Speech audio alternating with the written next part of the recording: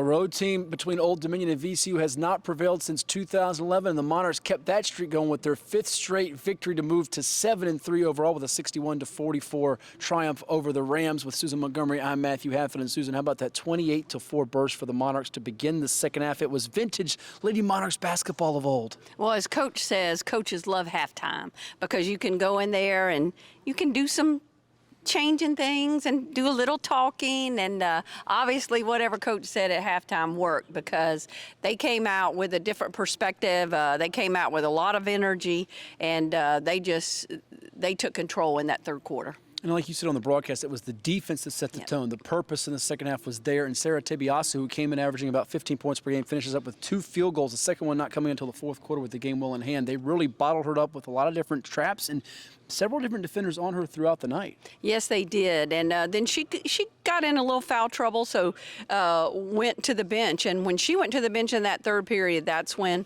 Old Dominion took over. But yes, the defense was the catalyst for the way that they played in that third period, and defensively helped them, and that just gave them confidence on the offensive end because they shot the lights out of it in the third period as well. While the North Augusta, South Carolina product Amara Young was denied her 22nd career double-double by a couple boards, 17 points, 8 rebounds, 5 steals. She had the total floor game in effect tonight. She really did. She played great defense. She was so effective on the offensive end, and a leader out there because she was certainly leading by example. We don't know, she was talking a lot, but we definitely saw her lead by example in the way she played. And in key spots, some points supplied by both Kay Clark and Michaela Dickens, who combined for 23 points, 12 for Clark, 11 for Dickens, and Brianna Jackson gave them a lift inside in the second half as well. They did, and I tell you, I know we said this to Coach, this team can play that way. That is indicative of how they are made up.